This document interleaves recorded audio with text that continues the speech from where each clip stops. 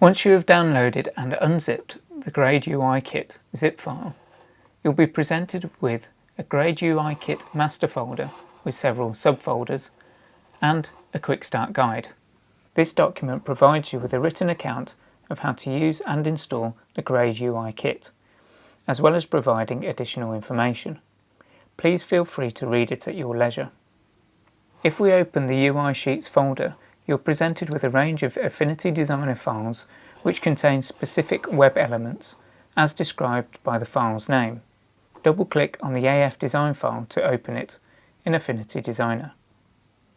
The Grade UI Kit uses Roboto and Roboto Condensed as its primary fonts. If you don't have these installed, you'll receive a warning here.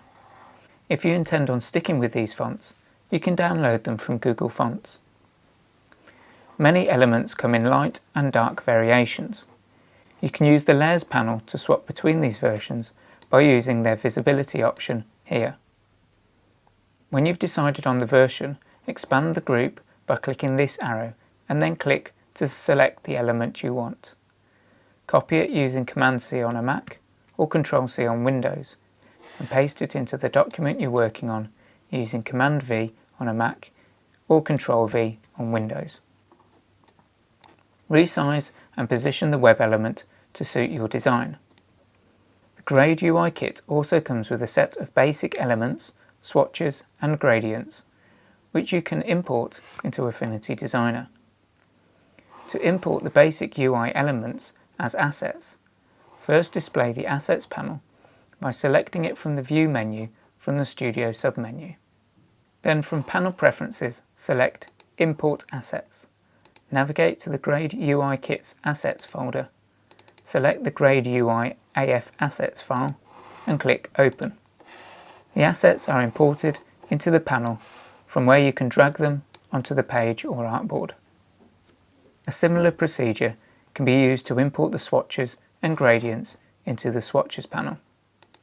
Select Import Palette as Application Palette from Panel Preferences. Then navigate to the Palettes folder, select an AF palette file and click Open. Finally, for an example of how the Grade UI Kit can be used, we've provided a sample file within the sample folder. For the sample, we applied constraints to parts of the design to ensure it reacted correctly if an artboard is resized. We also converted some basic elements into symbols. If you'd like to find out more about using constraints and symbols in your designs, or more about assets, please see our comprehensive help system and other video tutorials, all available from the Help menu. Thanks for watching.